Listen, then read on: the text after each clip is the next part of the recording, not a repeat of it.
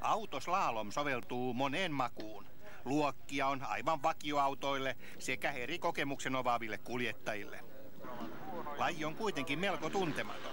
Tämä on silleen yleisöystävällinen ja myös kilpailijaystävällinen, että kaikki, kellä on katsastuskelpoinen auto ja voimassa oleva ajokortti, voivat osallistua tähän. Et mä uskon, että tällä lajilla on tulevaisuutta, että tämä tulee varmasti kasvamaan. Helsinkiläinen Kari Pynnä on tuonut lajin Suomeen. Ja nopeudet on pieniä, ei ole turvallisuusriskiä ja sitten opettaa normaali liikentöintiä myöskin. Täällä on tämmöisiä väistöjä, mitä joutuu tekemään joskus tuolla maantien varrellakin ja kaupungissa. Joku lapsi tulee pallon kanssa keskellä tietä, niin siinä se on äkkiä reagoitava, väistettävä ja tultava takaisin omalle kaistalle. Rataan on syytä tutustua huolella. Sulla on aika hyvä taito rullaluistimi, kuin hyvä on taito ajossa? Saa nähdä, että se jää nähtäväksi. Kuinka tärkeää on tutustua tähän rataan etukäteen? No kyllä se on hyvä niin kerran kävellä läpi, että vähän näkee missä keilata. Tänään Helsingin Malmin kulmilla on ajettu AL Sport Slalom Cupin ensimmäinen osakilpailu ja voittoon ajaa numerolla 1 tässä Timo Ryyppö.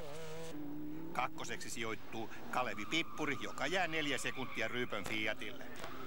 Kolmanneksi ajaa Ari Marttinen ja bisnesluokan voittoon ajavat poliisien ajokouluttajat.